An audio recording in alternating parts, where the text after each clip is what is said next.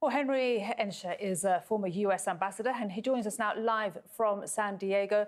Welcome to the program. Now, you were also the former Deputy Assistant Secretary for Central Asia and also Afghanistan at the US Department of State. And we are now entering the 14th day of war. We're going into the third week.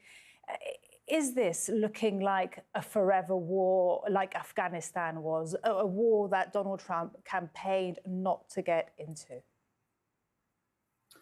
Well, thanks for having me, and it's such a great question. Look, it's 2 weeks. It's not 20 years yet, but your previous correspondent there indicated that the Marines and additional naval assets are headed toward Hormuz. Well, the particular capability of the Marines is exactly amphibious landings.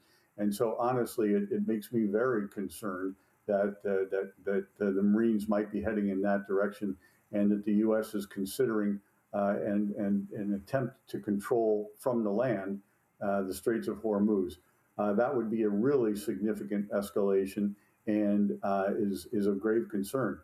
I think the fact that the Iranians have been able to create such a reaction by doing very little in the Straits of Hormuz is a real indicator of the economic power that they're able to bring to bear, even if their military capability has been largely decimated. So this is a real concern. Escalation is something that could easily happen. And yeah, I'm worried. You're worried, and there have been so many media reports and a lot of analysts asking, was the US prepared for what we're seeing right now in the Strait of Hormuz? Did they have a plan for boats to be closed, for Iran to control, to restrict, to close this vital waterway? Did the US plan for this? Yeah, evidently not, right? Because if US officials are now talking about the possibility of an international group, or they're talking about the possibility of American forces operating in the Straits as escorts, then that to me says that they weren't ready for it. Otherwise, the U.S. would be in a position now to execute that mission and not merely planning or talking about it. I think it's also indicative that the U.S. didn't understand the full reaction of Iran. Because we've seen all these assaults on the neighboring countries, right? I don't think they were quite ready for it. And does this now also potentially go to other waterways, such as the Red Sea, for example, such as near Egypt as well? What other shipping routes could be attacked? So you're talking about the north and south ends the Suez of the Canal, Red I wanted to say, yeah.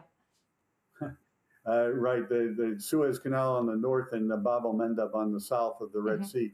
Look, the Houthis amply demonstrated, right, that they are capable of doing the same sort of thing in that waterway that we're seeing now in the Straits of Hormuz. They have not chosen to do so. They have not chosen to enter the war yet, but they clearly could. By no means did the U.S. get all of their missiles. Indeed, and that is a point that maybe this is a card that they're waiting to use, Iran, because of course it's not just the Strait of Hormuz, there's the Red Sea and the Suez Canal. Diplomatically, given your career, your ambassadorial experience, one of my previous guests said that right now this is the time possibly to see a great coalition with Qatar, Turkey, Oman, Pakistan. What are your thoughts on this? So look, I want to point out something, which is that the Supreme Leader's statement said that the Strait of Hormuz is a source of leverage. Well, in my world, when we talk about leverage, we're talking about negotiations, right? And the Omanis have done great work at trying to solve this problem. The Qataris are strongly interested. The Pakistanis have good relations with both parties. I mean, the U.S. and Iran. So I think that's where it's going to end up. It will be a question of when President Trump decides to stop shooting as a precursor, really, to negotiations. And when does that point come? Because he has laid out aims. They do seem to shift. Trump's aims sometimes do appear to be different from the press secretary and also the defense secretary. But when does Trump say this is enough? So, you'll recall, I think, that the president said that he started the war or started this phase of the war because